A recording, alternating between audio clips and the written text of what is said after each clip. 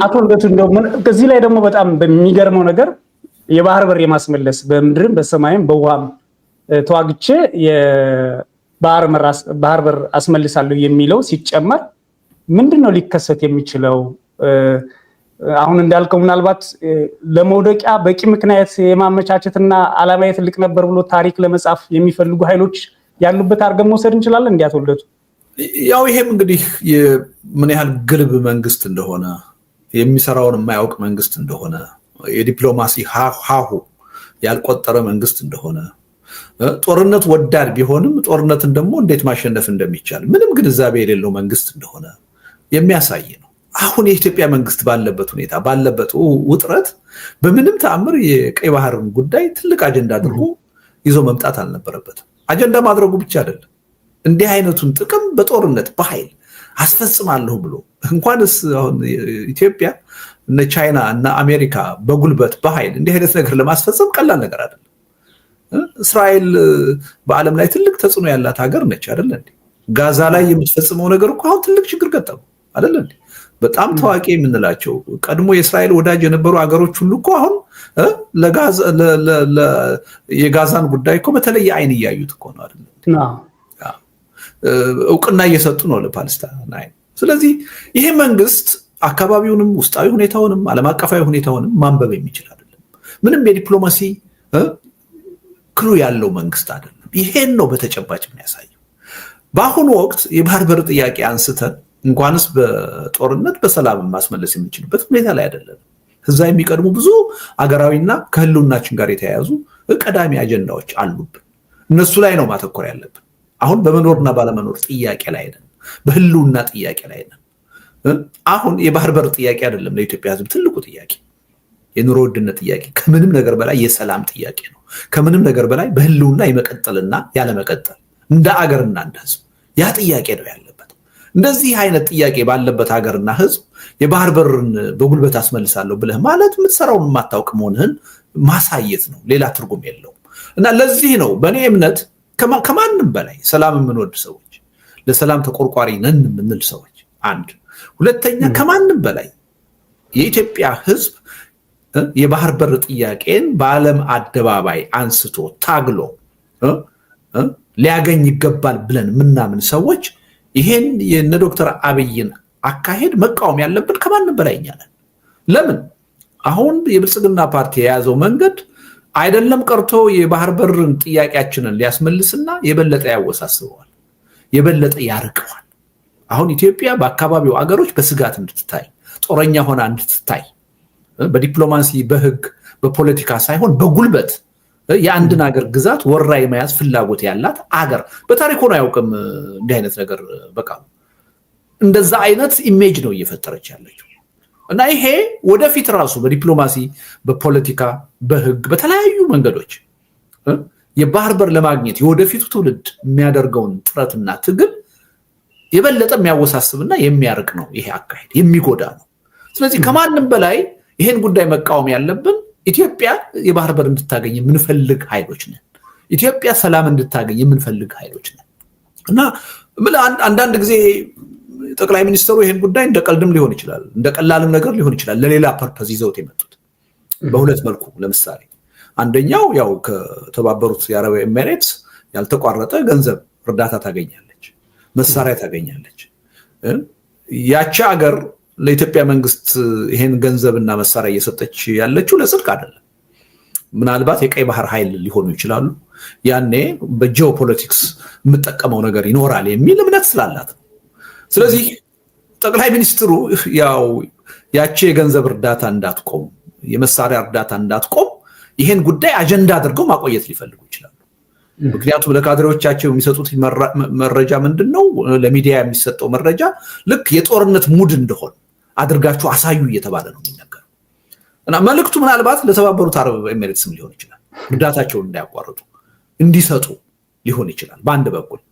በሌላ በኩል ደግሞ ይሄ መንግስት ህዝባዊ ቅቡልነት እያጣ ነው፣ ድጋፉ እየተሸረሸረ ነው፣ ህዝቡ አክትፍ ብሎ እየጠላው ነው። ስለዚህ ተቀባይነት የማግኘት ፍላጎት አለው። ያው ቀድሜ ከ4-5 ዓመት በፊት ጀምሮ ስናገር እንደነበረው በህዝቡ ለመወደድ አንዱ በኪሱ ያለው ካርድ የቀይ ባህር ጥያቄን ማንሳት ነው ነበር። አሁን መዞታል ነው እንትን አለው። ይሄ ግልብ የሆኑ እምነቶች አሉት። የኢትዮጵያ ህዝብ የባህር በር ስትለው ይነሳል፣ ይወዳል። ይሄን በማንሳት የኢትዮጵያን ህዝብ ድጋፍ ማግኘት ይችላል ብሎም ካልኩሌት ያደርግ ይችላል። ለነዚህም ብሎም ሊሆን ይችላል ያመጣው ሰውዬ። ግን በዚህ ደረጃ በአንድ ሀገር ላይ ወረራ እንደምትፈጽም ፕሮፓጋንዳ ስትነዛ ጥርጥር የለውም ጦርነት እያጫርክ ነው። ከዛ በኋላ ጦርነቱ የሚነሳው በአንተ ፍላጎት ብቻ ሊሆን አይችልም። ያ የዛትክበት አገር ለኔ የተመቸ ወቅት ነው፣ ለኔ የተመቸ ቦታ ነው፣ ለኔ የተመቸ ሁኔታ ነው ባለው ጊዜ ጦርነቱ ሊያስነሳው ይችላል። ዞሮ ዞሮ ግን ተጠያቂው አንተ ነህ የምትሆነው። አንተ ነህ የወረራ ፕሮፓጋንዳ የጀመርከው፣ ዛቻ የጀመርከው። እና ይሄ መንግስት የውሸቱንም ከሆነ ለሌላ ጉዳይም ከሆነ ይሄን ነገር በፕሮፓጋንዳ ደረጃ ያነሳው ሄዶ ግን ጦርነት ውስጥ የሚያስገባ ስልት ነው የተከተለው። ከዚህ በኋላ በሱ ቁጥጥር ስር አይደለም ያለው የጦርነቱ ሁኔታ። በማናቀው ቦታ በማናቀው ጊዜ ሳሙዌር ሊፈጠር ይችላል፣ ማንንም ሊፈጥረው ይችላል። እና ሪሊ በሳት የሚጫወት መንግስት ነው። ምን ላይ ሪስክ መውሰድ እንዳለበት እንኳን የሚያውቅ መንግስት አይደለም። በምንም ተአምር እኮ የመንግስትነት ቃንጤ ወይም ባህሪ እኮ የሌለው መንግስት እኮ ነው። በታሪካችን አይተነው በማናውቀው መጠን ሀገር ማስተዳደር ማለት ምን እንደሆነ፣ ፖለቲካ ማለት ምን እንደሆነ ምንም ግንዛቤ የሌለው መንግስት ነው። ዲፕሎማሲ ምን እንደሆነ ምንም ግንዛቤ የሌለው መንግስት ነው። በተጨባጭ እያየን ያለነው ይሄ ነው። ግን ምን ታረጋዋለህ?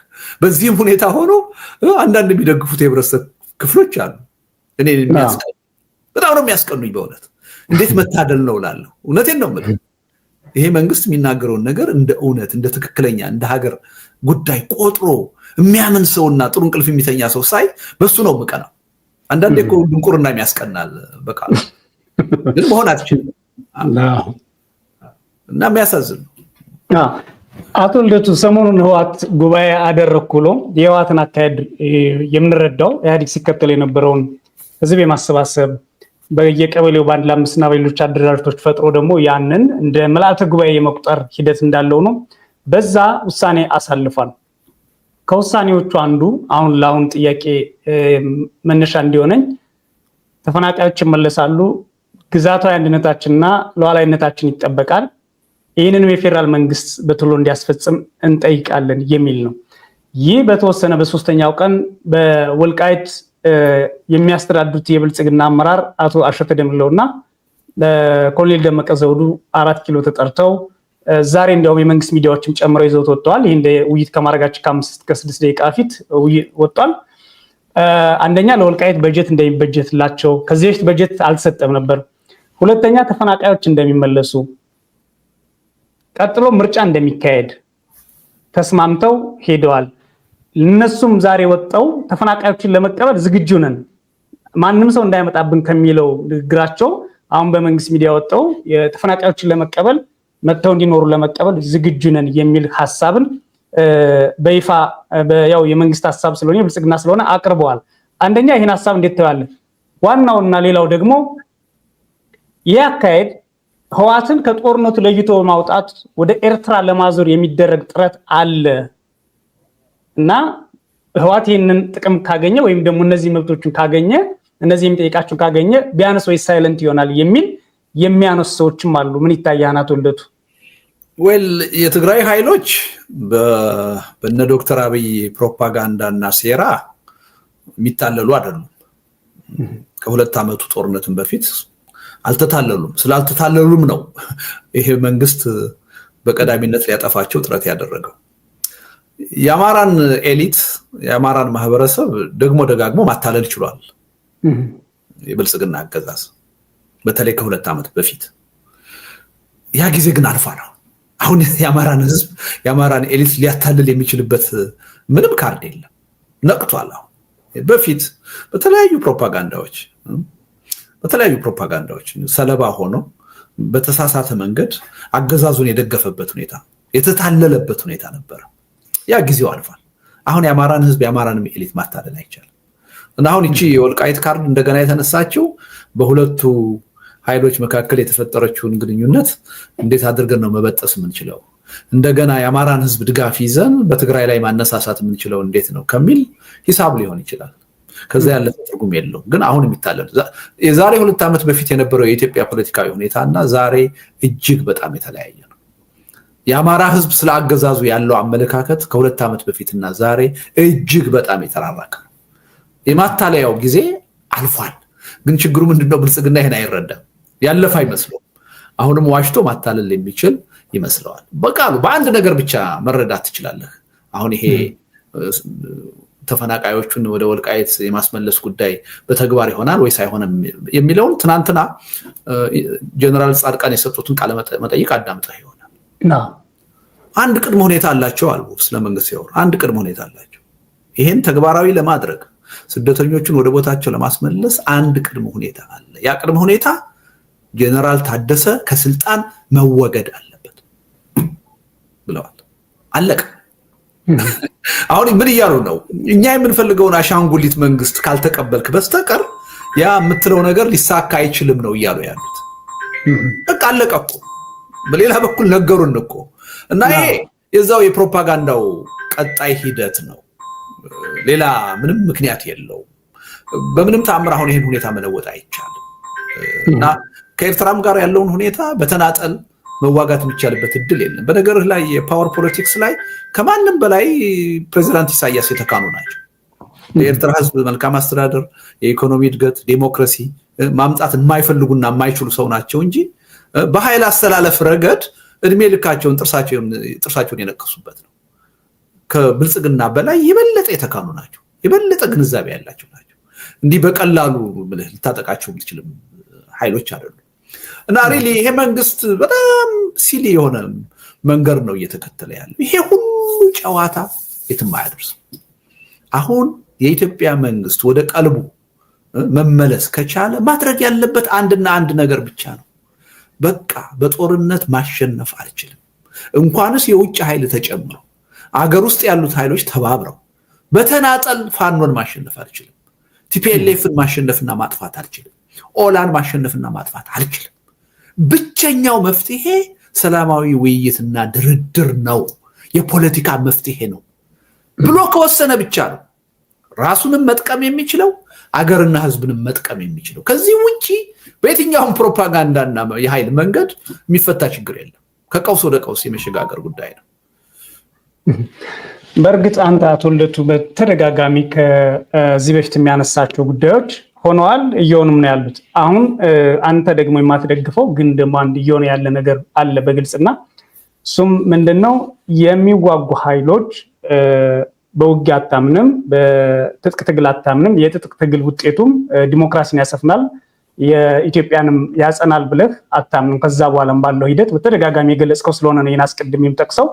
ነገር ግን አሁን ባለው ሁኔታ የትግራይ እና የአማራ ህዝብ ኮንሽስነስንም ቅድም ስታነሳው ስለነበረው ፖለቲካሊ የነቃ መሆኑን ለብልጽግና የማይታለል መሆኑን በኃይሎቹ መካከል ደግሞ በዓለም አደባባይ እየተወራ ያለው ቅንጅትና ጥምረት እንዲያውም ከውጭ ኃይሎች ከኤርትራ ኃይሎች ጋር ጨምሮ በጎ ግንኙነት አለ። ይህን አገዛዝ ለማስወገድ አገዛዙ ደግሞ ሶስቱን እንዳንድ ምናልባት ነገ ከነገ በኋላ ሽብርተኛ ሲልም በአንድ ስም ሊሰይማቸው የሚያስችል የፕሮፓጋንዳ ስራ እየሰራ ነው ያለው። እነዚህ ኃይሎች አንድነታቸው እያጠናከሩ ከመጡ ግንኙነታቸውን ጸረ አገዛዝነታቸውን በአንድ ማስኬድ ከቻሉና ምናልባትም ሌሎችን በኢትዮጵያ ያሉ ኃይሎችን ጭምር መጨመር ከቻሉ በዓለም አቀፍ ደረጃም እነዚህ ኃይሎች አማራጭ ነው። ምክንያቱም አማራጭ የለም የሚሉ ሀገራትና ተቋማትም ጭምር ለአብይ አህመድ ልባቸውን ስስ አድርገዋል ብለን የምንከሳቸው ስላሉ ወይም የምናነሳቸው ስላሉ አማራጭ የመሆን እድላቸው በዛም በኩል ደግሞ የሚደረገው ትግል አገዛዙንስ በቶሎ የማስወገድ እድል ይኖረዋል ብለህ ታስባለህ? አቶ ልደቱ ወይ እንግዲህ የኔን አመለካከት አንተም ገልጸኸዋል። እኔ በጦርነት አላምንም። በጦርነት የኢትዮጵያ ችግርም በዘላቂነት ይፈታል የሚል እምነት የለኝም። የኔ እምነት ነው ይሄ። ነባራዊ ሁኔታ ግን ኢትዮጵያ ውስጥ ጦርነት እንዲኖር አድርጓል። በተለይም ደግሞ ከሁሉም በላይ የአገዛዙ ባህሪ ማንነት ብዙ ኢትዮጵያውያን በሰላማዊ መድረኩ ተስፋ ቆርጠው ጠበንጃ እንዲያነሱ አስገድዷል። ያ ነባራዊ ሁኔታ መኖሩን ደግሞ መካድ አይቻልም። አሁን እነዚህ ኃይሎች እየተባበሩ ነው። ይሄ ፋክት ነው። እኔ በግልጽ ይታያል አየር ላይ ያለው ነገር ምንም ጥርጥር የለውም። አሁን መረጃ አቅርብ ብትለኝ ላላቀርብ እችላለሁ። ግን ሁኔታዎችን ገጣጥሜ እንደ አንድ የፖለቲከኛ ማየትና መገመት ይችላል እና አገር ውስጥ ያሉ ኃይሎች ምንም ጥርጥር የለውም ኦላም ህውሃትም ፋኖም ወደ ትብብር እንደሚሄዱ ጥርጥር የለኝም ምክንያቱም በተናጠል የትም እንደማይደርሱ አገዛዙ ደግሞ ሁሉንም በጠላትነት ፈርጆ ሊያጠፋቸው ህልውናቸውን ሊያጠፋ እየጣረ እንደሆነ ተረድተዋል ስለዚህ ይሄ የጎንዮሽ ትንኮሳ አይጠቅመንም ቅራኔ አይጠቅመንም በጋራ ሆነን ይሄን ኃይል መመከት አለብን ወደሚል አስተሳሰብ ይሄዱ እንደሆነ ከበቂ በላይ የሆኑ ምልክቶች አሉ መረጃዎች አሉ ስለዚህ አይሄዱም ልላልችልም ይሄዳሉ የሚል እምነት ነው ያለኝ ለዛ ዋናው ተጠያቂው አገዛዙ ነው በህልውና ፈተና ያለ ኃይል እንዴት እንዲህ ያደርጋል እንለው ምን ይችላል አይመስለኝም ዞሮ ዞሮ አገር ውስጥ ያሉ ኃይሎች ወደ ትብብር ከሄዱ እኔ በትጥቅ ትግል አላምንም እስካልኩ ድረስ መተባበራቸውን ደግፋለሁ ወይም ቃወማለሁ ልላልችል ግን ደግሞ ይመለከተኛል እነዚህ ኃይሎች እኮ ተባብረው የኢትዮጵያን መንግስት ከስልጣን ቢያወርዱ መንግስት ሊሆኑ ነው ስለዚህ ምንድነው ይዘውልን የሚመጡት የሚለው ነገር ያሳስበኛል እንደማንኛውም ዜጋ ስለዚህ በምን ጉዳይ ነው የተባበራችሁት በመካከላችሁ ያሉ ቅራኔዎች ልዩነቶች እንዴት ልትፈቷቸው አስባችኋል ወስናችኋል የሚለው ነገር መጠየቅ ፈልጋለሁ በዚህ ላይ ግልጽነት እንዲኖራቸው ፈልጋለሁ ማወቅ አለብን ማለት ነው ዓለም አቀፉ ህብረተሰብ በዚህ መልኩ የራሱ ጥያቄዎች ይኖሩታል ግን ደግሞ ዓለም አቀፉ ህብረተሰብ በጠበንጃ ኃይል የሚያምኑ ኃይሎች ተባብረው ከመጡ የኃይል ሚዛኑ ሊቀየር እንደሚችል ይረዳል ስለዚህ እሱ የኃይል አስተላለፉ ሊቀየር ይችላል ይሄ የታወቀ ነገር ነው በአለም ላይ ያለ ነገር ነው ጉልበት ወሳኝ ነው ድጋፍ ለማግኘት ስለዚህ ዓለም አቀፉ ህብረተሰብ በተለይ ተባብረው ከመጡና የኢትዮጵያን መንግስት ቻሌንጅ አድርገው ከስልጣን ይወርዳሉ ብሎ ካሰበ ከነሱ ጋራ ለመነጋገር እውቅና ለመስጠት ብቻ አይደለም ለመነጋገር ፖስት አብይ ሲቹዌሽን ምንድነው የሚሆነው ይችን ሀገር ወዴት ልትወስዷት ትፈልጋላችሁ የሚለውን ጥያቄ ለመነጋገር የሚገደድበት ሁኔታ ይኖራል የሚል እምነት አለ እና ምንም ጥርጥር የለውም ማለት ነው ወደዛ አቅጣጫ መሄዱ ግን በእኔ እምነት እኔ አጥብቄ አሁን መቃወመውና ምጠላው ከኤርትራ መንግስት ጋር አብሮ መስራት ይጠቅማል የሚል እምነት የለኝም ያው ታውቃለህ አቋሜን ማለት ነው የብልጽግና መንግስትም አብሮ መስራት ይቻላል ብሎ ከኤርትራ መንግስት ጋር ሲደራደር ነው የተቃወምኩት ያኔ እኔ እንደ ካሃዲ እንደ ባንዳ ነበር የምሰደበው በኢትዮጵያ መንግስት ዛሬ እሱ ከኤርትራ መንግስት ጋር ሲጣላ ግን ለምን ያልደገፋችሁኝም ይላል ብዙዎች ተከሰውበታል ከስራ ጥቅም ውጭ ሆኖበታል ግን አቶ ልደቱ እዚህ ላይ በህዋት ሰዎች በኩል ሲነሳ የማየው ሊያስረዱን ሊሞክሩ ያሰቡት አንድ ጉዳይ አለ በእርግጥ በግልጽ አላብራሩትም እነሱንም መጠየቅ አልቻልኩም ህዝባችን ተከቧል ከተከበበ አንድ የሚቀርብብን ትችት የነበረው በኢህአዴግ ውስጥ ያለን ህዋትም ያለን ህዝባችን ለከበባ አብቅተነዋል ወዳጅ አልባ አድርገነዋል ወዳጅ ያልናቸውም በትክክል አልነበሩም ስለዚህ የትግራይ ህዝብ በጅምላ አንደር ሲጄ ውስጥ እንዲገባ ያ ሲጄ ደግሞ ያመጣበት ጉዳት ስለሚያሳውቅ አሁን ወዳጅ መፈለግ አለብን ከጎረቤትም ከውስጥም የሚል ሐሳብን ሲያነሱ ይታያል እንግዲህ ከምን እንዲመርጡ ነው ቢባልም ምሳሌ ከብልጽግና ወዳጅ ከማድረግና ህዋት ሻቢያን ወዳጅ ከማድረግ አንፃር እንዴት ነው ልናይላቸው ምንችለው ወይስ የውጭ ሀገር ወዳጅ መሆኑ ብቻ ነው ስተት ሊያረግ የሚችለው አቶ ልደቱ እኔ እኮ ከውጭ ኃይል ጋራ በተለይ ከሻቢያ መንግስት ጋራ መተባበር ትክክል ነው ብዬ አላምንም አልኩ እንጂ ለመተባበራቸው ምክንያት የላቸውም አላልኩ ምክንያትማ በደንብ አላቸው አሁን አንተ ያቀርብከው አንድ ምክንያት ነው የኢትዮጵያ መንግስት ዙሪያቸውን ከቦ በከበባ ሊያሸንፋቸው ሲፈልግ መውጫ መግቢያ መፈለጋቸው የሚቀር አይደለም ይሄ በቂ ምክንያት ነው አሁን የኢትዮጵያ መንግስት ከሻቢያ ጋር ግንኙነት የሚያደርጉ የፖለቲካ ኃይሎችን የሚከሳቸው በምንድነው በባንዳነት በተላላኪነት ነው የሚከሳቸው በፍጹም ከሁኔታው ጋር ማሄድ ፍረጃ ነው ይሄ ህውሃት ከሻቢያ ጋር ቢተባበር ተላላኪ ልትለው አትችልም የራሱ የሆነ ተጨባጭ አጀንዳና ምክንያት ስላለው ነው ለሻቢያ መንግስት ልላላክ ብሎ ሊሆን አይችልም ፋኖ ከሻቢያ ጋር ቢተባበር ተላላኪ ልትለው አትችልም የራሱ ኮዝ አለው የራሱ ምክንያት አለው ያን ኮዝ ዳራ ደርሳለሁ ብሎ ነው የሚተባበር ተላላኪ የምትለው የራሱ ምንም ጉዳይ ሳይኖረው ለሌሎች አጀንዳ አስፈጻሚ ሲሆን ነው አንድን አካል ልትለው የምትችለው በዛ ደረጃ ነገሩን አቀልሎ መፈረጅም ትክክል ነው የሚል እምነት የለኝም ስለዚህ ምክንያት አላቸው ወይ የምትለው በደንብ ነው ምክንያት ያላቸው በኔ እምነት ግን ኢትዮጵያዊ ኃይሎች ውስጥ ያሉ ኢትዮጵያዊ ኃይሎች ከተባበሩ ይሄን መንግስት ቻሌንጅ ለማድረግ እኮ በቂ ነው። የውጭ ኃይል ትብብር ማያስፈልጋቸውም የሚል እምነት አለ። ይሄን ከበባን በመስበር ረገድ የአማራ ኃይሎችና የትግራይ ኃይሎች ከተባበሩ እኮ ከበባ የሚባል ነገር እኮ አይኖርም አይደል? ከዚህ ቀደም እኮ የአማራን ህዝብ አታሎ ነው አሳስቶ ነው በአማራ ክልል በኩል ትግራይ ሲጁስ እንድትገባ ያደረገው አይደል? ያን ማድረግ የሚችልበት እድል አሁን የለም። በሱዳን በኩል አሁን ያን ማድረግ የሚችልበት እድል የለም። ስለዚህ የኔ እምነት ምንድነው እነዚህ በጠመንጃ እናምናለን የሚሉ ኃይሎች መተባበር ካለባቸው ከሀገር ውስጥ ኃይል ጋር ቢተባበሩ እኮ በቂ ነው። የግድ ሄደው የውጭ ኃይል ጋር መተባበር አለባቸው የሚል እምነት የለኝም። ለመተባበር መወሰናቸው ግን የራሱ ምክንያት አለው ብዬ አምናለሁ። አንተም ገልጸዋል፣ እኔም አምናለሁ። ምክንያት አለው፣ ምንም ጥርጥር የለም። ያ ምክንያት ደግሞ ለሌላ ተላላኪ ከመሆንም አንፃር አይደለም፣ ወይም መንግስት እንደሚለው የሌላ ባንዳና አገልጋይ ከመሆንም አንፃር አይደለም።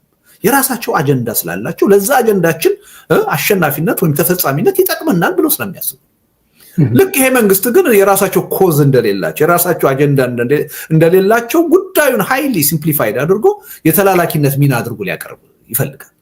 ይሄ ለደርግም አልበጀውም፣ ለ27 ዓመቱ ኢህአዴግም አልበጀውም፣ ለዚህ መንግስትም አይበጀውም፣ የትም አያደርስም። የሚጠቅመው ህወሓት ተጨባጭ የሆነ የፖለቲካ ጥያቄ አለው ኢትዮጵያ ውስጥ። ይሄን ጥያቄ እንዴት አድርጌ ልመልስና ሰላም ልፍጠር? ፋኖ ተጨባጭ የሆነ ህዝባዊ የሆነ የፖለቲካ ጥያቄ አለው። ይሄን ጥያቄ እንዴት አድርጌ ልመልስና ሰላም ልፍጠር? ኦላ ከኦሮሞ ህዝብ ጥያቄ ጋር የተያያዘ ተጨባጭ ጥያቄ አለው። ይሄን ጥያቄ ልመልስና እንዴት አድርጌ ዘላቂ ሰላም ልፍጠር ብሎ ነው እንጂ ማሰብ ያለበት እነዚህን ሁሉ ኃይሎች በኃይል ለማጥፋት ለመደምሰስ ጠበንጃ አንስቶ እየፎከረ ከውጭ ኃይሎች ጋር አትተባበሩ ማለት ምንም ትርጉም የለም። እንዲህም በማለት ልታስቀሩ የምትችለው ነገር የለም እና መንግስትም አያስቀረውም። እኛ በጦርነት ማናምን ኃይሎችም እንዲህ አይነቱን ግንኙነት ብናወግዝ አናስቀረው። በተጨባጭ አፍጥጦ እየመጣ እንደሆነ እያየን እና እኔ ጥርጥር የለኝም ሀገር ውስጥ ያሉ ኃይሎች እየተባበሩ ነው። አዎ ከዛም አልፎ ከሻዕቢያ ጋር የትብብር መንፈስ እንዳለ እያየን በግልጽም እየተነገረ ነው። ትንሽ ማለባበስ ሲሞከር እናያለን። ያ ግን የፕሮፓጋንዳ ኤክሰርሳይዝ ነው። ወደዛ የመሄድ ፍላጎት እንዳለ የመንግስት ባህሪም ጭካኔም በጦርነት ላይ ያለው በጣም ግትር የሆነ አስተሳሰብ እነዛ ኃይሎች ወደዚህ አይነት ሁኔታ እንዲገፉ በቂ ምክንያት ሆኖ እያገለገለ ነው እና ይሄን ለይቶ መረዳት ያስፈልጋል። ምክንያት የላቸውም እያልኩ አይደለም፣ ምክንያት አላቸው። ግን እኔ ምክንያት ቢኖራቸው አገር ውስጥ ያሉ ኃይሎች ከተባበሩ የሚያቀታቸው ነገር አለ የሚል እምነት የለኝም። ዋናው ህዝቡ ነው። ማህበራዊ መሰረት አላቸው። ይሄ ህዝብ ከተባበረ አንድ አገዛዝ በስልጣን ላይ የሚቆይበት ምንም ምክንያት የለም። ስለዚህ ከዛ አንፃር ነው ትችቴ እንጂ ተጨባጭ ምክንያት አላቸው። ያ ተጨባጭ ምክንያት ደግሞ ከሻዕቢያ ኢንተረስት ጋር ብቻ የተያያዘ አይደለም። ለራሳቸው ኢንተረስት ሲሉ ያላቸው ምክንያት ነው። ይሄን በደንብ መገንዘብ ያስፈልጋል። ፋኖን በተመለከተ አንድ ጥያቄ ላንሳልና አቶ ልደቱ ወደ ሀገረ ካኦፒ እንመጣለን በዝርዝር ማለት ነው። በቅርብ ጊዜያት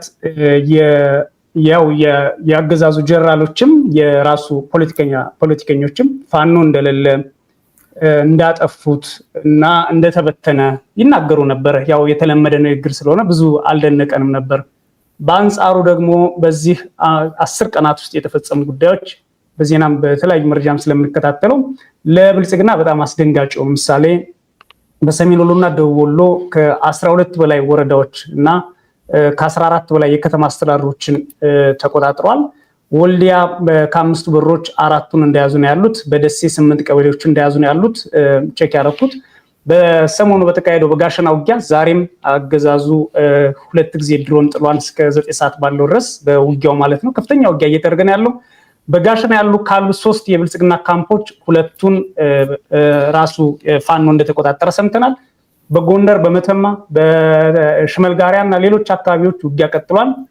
በሱዳን አብዛኛው ቦርደሮች የፋኖ ኃይሎች እንቅስቃሴ የሚያደርጉባቸው ናቸው። መጣው እስከ መተከል እስከ ወለጋ ድረስ ባለው መስመር በአብዛኛው የበላይነት አላቸው። በጎጃም በተመሳይ ሰፊ ቦታ ተቆጣጥረው ህዝባዊ አስተዳደሩ ጭምር እየተመሰረቱ ነው ያሉት። በተለይም ሰሞኑን በወሎ በተቆጣጠሯቸው ቦታዎች ላይ ህዝባዊ አገልግሎት የሚሰጡባቸው ህዝባዊ አስተዳደር የሚከፍቱባቸውን ጭምር ከፍተዋል። በሸዋ በዋና ዋና የሚባሉ የኮማንዶና አየር ወለድ ኃይሎች የተቆጣጠሯቸውን ሳሲት የሚባል ረጅም ጊዜ ለአንድ ዓመት ተቆጣጥሮት የነበረ ከፍተኛ ምሽግ ይዞ የነበረን ቦታ ባለፈው ከ6 ቀን በፊት ነው የፋኖ ኃይሎች የተቆጣጠሩት።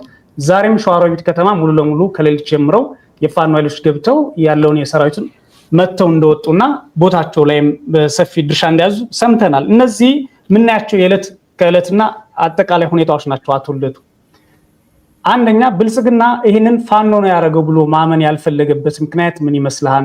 ሁለተኛስ በፋኖ በኩል የምታየው እድገት አለ ማለት ይቻላል ወይ? በተለይ ደግሞ ወታደራዊና ፖለቲካዊ እድገቶችን እንዴት ታያቸዋለህ?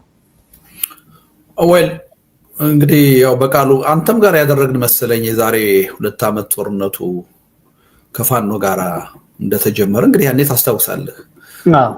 ውስጣቸው አንድ ኮሎኔል ወይም ጀነራልም አልነበራቸውም። ምንም አይነት ድርጅታዊ መዋቅር የላቸውም። ያው በብሶት የተነሳሳ ኃይል ነው የነበረው።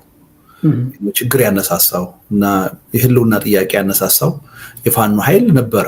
በተለያየ በተበታተነ ሁኔታ ነው የነበረው እና በዛ ደረጃ እንኳን ጦርነቱ ሲጀምር መንግስት ይሄን ጦርነት አያሸንፈውም የሚል ነገር በድፍረት ነው አንዳንዶቻችን እኔን ጨምሮ ስንናገር የነበረው። ለምንድን ነው ያን የተናገርነው? ሁለት ነገር ስለምናውቅ ነው። በአንድ በኩል የፋኖ ኃይሎች የፖለቲካ አጀንዳ እንዳላቸው ከአማራ ህዝብ ህልውና ጋር የተያያዘ የፖለቲካ ተጨባጭ አጀንዳ እንዳላቸው እርግጠኞች ስለነበር ነው። በሌላ በኩል ደግሞ የፋኖ እንቅስቃሴ ህዝባዊ ድጋፍ ያለው መሆኑን ስለምንገነዘብ ነው። እነዚህን ሁለት አጀንዳዎች የያዘ አካል የትኛውንም ያህል ደካማ ቢሆን የትኛውንም ያህል ውስጣዊ ችግር ቢኖርበት እነዚህን ሁለት ነገሮች የያዘ አካል በሂደት እየተጠናከረ መምጣቱ አይቀርም። ተሸናፊ ሊሆን አይችልም። ህዝባዊ አጀንዳ ካለህ በዛ አጀንዳ ምክንያት ደግሞ ህዝባዊ ድጋፍ ካለህ ማንም ሊያሸንፍ አይችልም። የጊዜ ጉዳይ። ይሄን ስለምናውቅ ነው ፋኖ በጣም ደካማ በሆነ በተበታተነ ሁኔታ በነበረበት በዛን ወቅት ምንም አይነት ድርጅታዊ አመራር እንኳን ባልነበረበት ወቅት አይሸነፍም ብለን ልባችን ሞልተን የተናገርነው ተፈጥሯዊ ስለሆነ የህዝብን አጀንዳ የያዘ እና በህዝብ የሚደገፍ ኃይል አይሸነፍም። መንግስት እንዲህ አይነቱን ኃይል በጦርነት ማሸነፍ አይችልም። የኢትዮጵያም ታሪክ ደግሞ ደጋግሞ ያሳየው ነው። የዓለምም ታሪክ ደግሞ ደጋግሞ ያሳየው። በዛ ምክንያት ነው። አሁን በሂደት ምንድነው የሆነው? እርግጥ ነው ያልተሰሩ ብዙ የቤት ስራዎች አሉባቸው። አሁን ፋኖች ገና አንድ ወጥ የሆነ የፖለቲካ ድርጅት አልፈጠሩም፣ አመራር አልፈጠሩም። በመካከላቸው ብዙ ሪጂናል የሆኑ አውራጃዊ የሆኑ ቅራኔዎች አሉ፣ ተገቢ ያልሆኑ። የጠራ የፖለቲካ ፕላትፎርም ገና አልያዙ፣ አላወጡ። ብዙ የቤት ስራ አለባቸው። ከህዝብ ጋር ባላቸው ግንኙነቶች እዚህም እዛም ከዲሲፕሊንም ጋር የተያያዙ ችግሮች አሉ ማለት ይቻላል። ብዙ ሊነሱ የሚችሉ ድክመቶች አሉባቸው፣ የቤት ስራዎች አሉባቸው። ያም ሆኖ ግን ደግሞ በተመሳሳይ ሁኔታ ከጊዜ ወደ ጊዜ በጣም እድገት ላይ ነው ያሉት። አሁን በፊት የጎሬላ ፋይተርነት ሚና ነው የነበራቸው። አንድ ቦታ አድፍጦ አጥቅቶ ወደ ሌላ ቦታ የመሸሽ የማፈግፈግ የሚያጠቃ ጦር ሲመጣ አቅጣጫ የመቀየር ቦታ የመቀየር ምሽግ የያዘን ሰራዊትም አደጋ ጥሎ ምናልባት ስንቅና ትጥቅ መሳሪያ በተወሰነ ደረጃ አግኝቶ ወደ ነበሩበት መመለስ። ይሄ ፒውርሊ የጎሬላ ፋይተር ባህሪ ነው፣ አሰራር ነው። ይሄን ነው ሲያደርጉ ምናያቸው የነበረው። ሁለት ነገር ማድረግ አይችልም ነበር ፋኖ ከአቅሙ ውስንነት በተነሳ። አንደኛ ምሽግ ይዞ አለኝ የሚለውን የነፃ መሬት ሊከላከል አይችልም ነበር። የመንግስት ኃይል ሲመጣበት መሸሽ ግዴታው ነበር። ይሄን ነው ሲያደርግ የነበረው ለ2 ዓመት። ሁለተኛ ማድረግ የማይችለው ነገር ምሽግ ሰርቶ የተቀመጠን የመንግስት ሰራዊት ሄዶ አጥቅቶ መደምሰስና አካባቢውን መቆጣጠር አይችልም ነበር። ሂት ኤንድ ራን ነበር ማድረግ የሚችለው።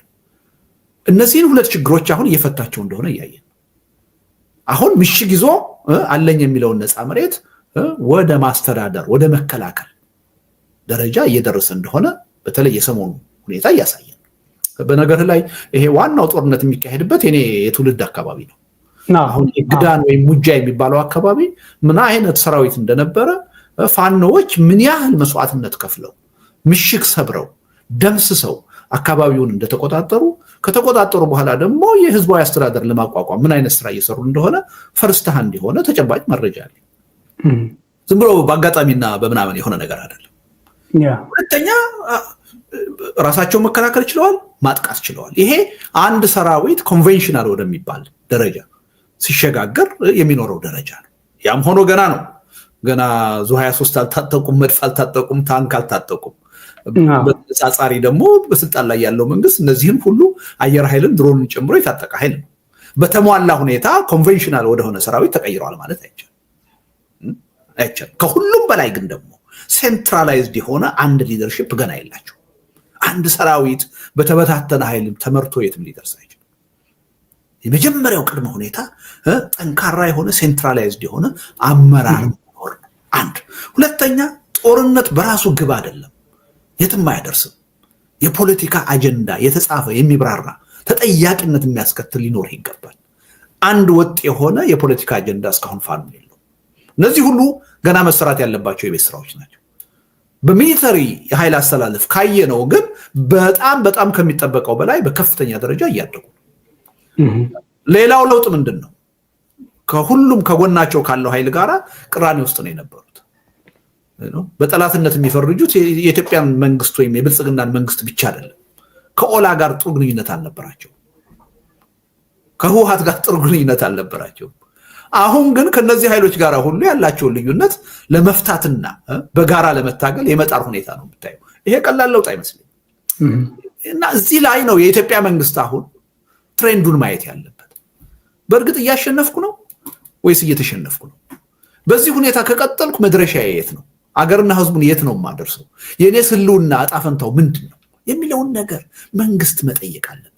መንግስት ብቻ አይደል፣ በመንግስት ውስጥ ያሉ ባለስልጣናት፣ ሚኒስትሮች፣ ጀነራሎች መጠየቅ አለባቸው። ይሄ ጉዳይ ሄዶ እንደው ያገሩን ይተውት፣ የህዝቡን ይተውት፣ የኔንና የቤተሰቤን ህልውና ወዴት ነው የሚወስደው? ሚስቴ፣ ልጆቼ ምንድነው የሚሆኑት? ምንድነው እየመጣ ያለው የሚለውን ነገር መገንዘብ ያስፈልጋል። ይሄን ቀልብን ሰብሰብ አድርጎ ተረድቶ ከጦርነት አማራጭ ወጥቶ ወደ ሰላም አማራጭ በቁርጠኝነት በልባዊነት መሄድ ያስፈልጋል። ስለዚህ በፋኖ ዙሪያ የሚታየው ለውጥ ተጨባጭ ነው፣ ያለ ምክንያት አይደለም። አሁን ከኋላ ህወሓት አለ፣ ሻዕቢያ አለ። በነገር ላይ ለዩኤን የጻፈው ደብዳቤ አለጅድሊ ነው የሚለው፣ የተጨበጠ መረጃ አለ ብሎ አላቀረበም። ስለዚህ እኔ ባለኝ መረጃ በነገር ላይ ጠይቃለሁ። አሁን እኔ አካባቢ ያለውን ወታደራዊ እንቅስቃሴ ለማጣራት ሞክራለሁ። እኔ አንድ ሌላ ኃይል ከጀርባ መጥቶ ገብቷል የሚል ወይም ደግሞ ትግርኛ ተናጋሪ እንደዚህ አይነት አይተናል ያለ ሰው እስካሁን አልገጠመኝ። የፋኖ ኃይሎች እንደሆኑ ያለኝ መረጃ። ግን ይሄ መንግስት ዋጋለሁ እኮ ያለው ዞሮ እውነት ቢሆን እሱ ያለው ማለት ነው። በእርግጥ ከጀርባ ቲፒኤልኤፎች ካሉ፣ በእርግጥ ከጀርባ ሻዕቢያም ካለ እንዴ ሲጎራ የነበረው ሻዕቢያንም ህወሓትንም ፋኖንም አሸንፋለሁ ያለ አልነበረም? ለምን ይደንቀዋል? እያልኩት እኮ ያለው ይሄ ነው። አሁን እንኳን አልተባበሩም ቢባል፣ አሁን እንኳን ከጀርባ ባይኖሩ ነገ ከነገ ወዲያ መምጣታቸው አይቀርም። ስለዚህ ያኔ ምን ልትሆን ነው? ይሄ ሽንፈት በግልጽና በሰፋ ሁኔታ ሊመጣብህ ነው። ሳይመሽብህ ራስህን ለአደጋ ሳታጋልጥ ወደ ትክክለኛው መፍትሄ ነው እያልን ያለን። ለዚህ ምስክር እኮ የሆነው እሱ እኮ ነው። ፋኖም ብቻውን ይችለው ነበረ፣ ሌሎቹ ከጀርባ ከመጡ ግን አልቻልኩትም፣ ለዛ ነው የተሸነፍኩት ያለ ነው። በዚህ መንገድ ከቀጠልክ የበለጠ ትሸነፋለህ። እኔ አሁን በአይናፋርነት በምናምን ለማስተባበል የሚሞክሩት ነገር ሁሉ የጊዜ ጉዳይ ነው የሚመስለኝ። ከጥቂት ጊዜ በኋላ የህወሓት ሰራዊት ከፋኖ ሰራዊት ከኦላ ሰራዊት ጋራ በግሩፕ ፎቶ እየተነሱ የሚለቁልን ይመስለኛል። ያኔ መንግስት ይወጣል በይፋ የሚነግሩን ይመስለኛል። ወደዛ ነው አቅጣጫው የሚሄደው። እና ይሄ በአጠቃላይ በፖለቲካ የኃይል አስተላለፉ የመጣው ለውጥ ቀላል አይደለም። ይሄ ደግሞ ናቹራል ነው፣ የሚጠበቅ ነው። በቃ ከፕሪቶሪያው ስምምነት ማግስት ጀምሮ ኢትዮጵያ ውስጥ መሰረታዊ የሆነ የፖለቲካ የኃይል ለውጥ እንደመጣ ግልጽ ነበር። እኔ በጻፍኳቸው የተለያዩ አርቲክሎች ያን እየገለጽኩ ነው የነበረው።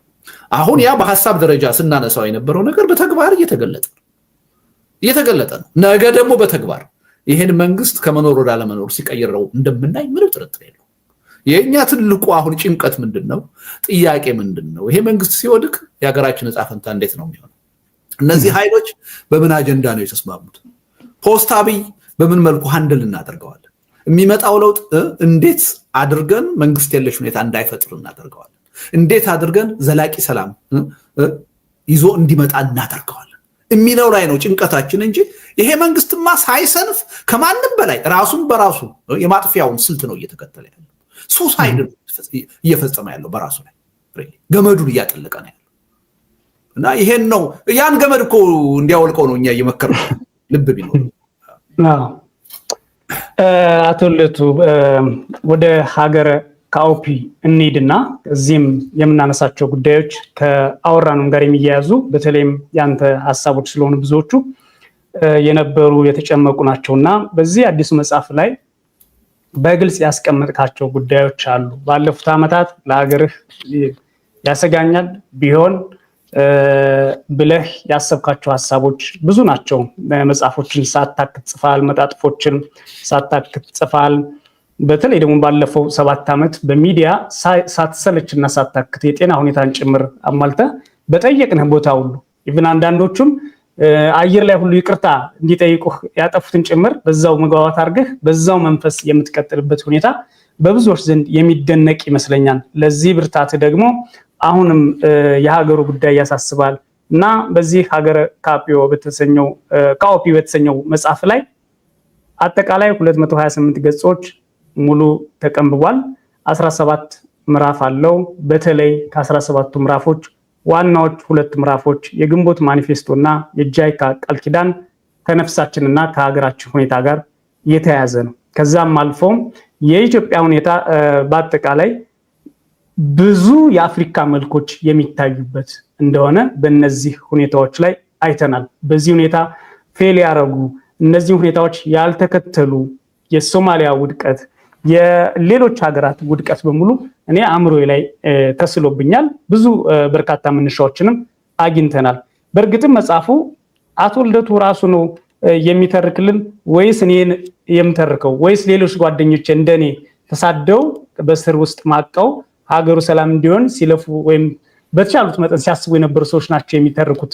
ይሄ ነገር በእውነት ደርሶብናል ወይንስ ገና ሊደርስብን ነው የሚል ጥያቄ ሁሉ ተነስቶብኛል። ለምን በዛች ጠባብ ክፍል ጀርመን ውስጥ ሆኖ አሊንጎ ኮሚቴ የሚተርክልን ነገር የትኛው ነው የኛ ያልሆነው የሚለው ጭምር በጣም ጥያቄ ስላነሳ የትኛው ነው የኛ ያልሆነው የደረሰው ነገር ነው ወይንስ ሊደርስ ያለው ነው የሚለውና ሀገሯን በአእምሯችን ስለ ካራክተሮቹን፣ ቤተሰቦቹን፣ መሪዎቹን፣ ጀነራሎቹን የሀገሪቱን ውጣ ውረድ ጭምር አስቀምጠ መፍትሄ ጭምር አስቀምጠ ነገር ግን ደግሞ ከአእምሮ ህመሙ የሚፈወሰውም እንደገና አእምሮ ህመም ውስጥ የሚገባው ባገር ቢሆንም ከአእምሮ ህመሙም ጭምር የሚፈወሰው የሀገሩን የድህነት መድኃኒት ብሎ ያቀረባቸውን ሐሳቦች ጭምር ሲያስታውስ እየተሻለ የሚመጣው ካራክተር አሊንጎ ኮሚቴሽን በጣም እኔ ወድጄዋለሁ። የሆነ ማውቀው ሰው ሆኖብኛል በስም ባልጠራው ማለት ነው። የመጀመሪያው ጥያቄ አቶ ልደቱ አሁን ይህንን በልቦለድ መንገድ ምናልባትም ከዚህ በፊት ምናባዊ ሀገር ተፈጥሮ ምናባዊ ካራክተር ተፈጥሮ በኢትዮጵያ ልቦለድ ውስጥ ካነበብናቸውና ስመጥር ከሆነው አልወለድም ነው የአቤ ጉበኛ። ግን እሱም ቢሆን ልቦለድ ነው አይደለም የሚያከራክር ብዙ አለ። ይሄም ያንተም ልቦለድ ነው አይደለም የሚያከራክር ጸሐፊው ልቦለድ ነው ብሎ አቅርቦልናል። በጸሐፊ ቋንቋ ልቦለድ ብለን እናውራው የሚለው ደግሞ በስነ ጽሑፍ ቤተሰብ ስምምነት የተወሰነ ጉዳይ ነው። የመጀመሪያ ጥያቄ አልረዳን አልነህ ወይ? የኢትዮጵያ ፖለቲከኞች፣ ጋዜጠኞች፣ የሰብአዊ መብት ባለ ሰዎች በተለይ ያንግ ጀነሬሽን ላይክ ቱ ሚ ኤንድ ሌሎች በውጭ ሀገር ያለው ሰው አልረዳህ አለ ወይ? በስንት አይነት መንገድ ብትነግረን ነው አንተስ እንደተረዳንህ ወይም እንዳልተረዳንህ ድጋሚ ልትገምት የምትችለው? እኔ አሁን በጣም ገርሞኛል። ለምን ጽሁፎችህ በፖለቲከኛ ነው የፖለቲካ ጽሁፎች አሉ። ልቦለድ ብለህ ይዘህ የመጣህልን ደግሞ እነዛን ነገሮች እንደገና የነጠረ ቅቤ እናቶቻችን እንደሚያዘጋጁት ቅመሞችን ሁሉ አድርጋ ያመጣህበት ነውና አልተረዳንህም ይሆን? ይሄ ይሰማሃል ወይስ እንዴት ነው? ከዚህ ልጀምር እስኪ። ምንም ማቅማማት የለኝም። አዎ ነው መልሴ። መረዳትማ ቢኖር ኖሮ 34 ዓመት ሙሉ እኮ ስለ ሰላማዊ ትግል ስለ ህዝባዊ እምቢተኝነት መጮህ አያስፈልግም ነበር። መረዳት ቢኖር ኖሮማ ከዚህ ሁሉ የዲሞክራሲ ሰበካ፣ የመልቲ ፓርቲ ሲስተም ሰበካ፣ የሰላማዊ ትግል ሰበካ በኋላ በእንዲህ አይነት የእርስ በርስ ጦርነት ውስጥ እኮ አንገኝም ነበር። በታሪካችን አይተን የማናውቀው ህዝብ ጨራሽ ጦርነት ውስጥ ነው ያለው። ስለዚህ ያ ድምፅ ያ ሐሳብ ተሰሚነት ስላጣ ነው፣ ምንም ጥርጥር የለውም። እውነቱን ለመናገር ይሄን ልቦለድ መጽሐፍ ለመጻፍ የሚያስገድደኝ አንዱ ምክንያት ያ ከአንባቢ ጋር በምን መንገድ በምን የተለየ ስልት ብገናኝና ባዋራ የተሻለ መረዳት ሊፈጠር ይችላል ከሚል ጭንቀትም ነው ወደዚህ አይነት ውሳኔ ሄድኩት እንጂ ጥሬ የሆነ የፖለቲካ አርቲክል መጻፍ ይችል ነበር ሐሳቦችን ለማስተዳደር። ግን ትንሽ የህዝቡንም ዝንባሌ ሳየው ብዙ ጊዜ ከሪያሊቲ ይልቅ በድርሰት የመመሰጥ ከሚያውቃቸው ሪል ሰዎች ይልቅ ለገጸ ባህሪዎች የመማረክ ባህሪ ያለው ኢትዮጵያውያን ላይ ያው ታውቃለህ አንዳንዴ ገጸ ባህሪ ሲሞት ምናለቅስ ሰዎች ነን። በጦርነት በበሽታ በረሃብ ኢትዮጵያ ውስጥ ብዙ ሺህ ሰው እየሞተ ትዝም የማይለን ሰዎች ቴሌቪዥን ላይ አንድ ሰሞን እየመጣ ያነጋገረን ገጸ ባህሪ ሞተ ብለን በጣም እናዝናለን፣ ልባችን ይሰበራልና ሪሊ ምናልባት በዚህ መልኩ ደግሞ መልእክቱን ለማስተላለፍ መሞከር የተሻለ መረዳት ይፈጥር ይሆን ወይ ከሚል ጭንቀትም ነው ይሄን ለመጻፍ ተደረኩት።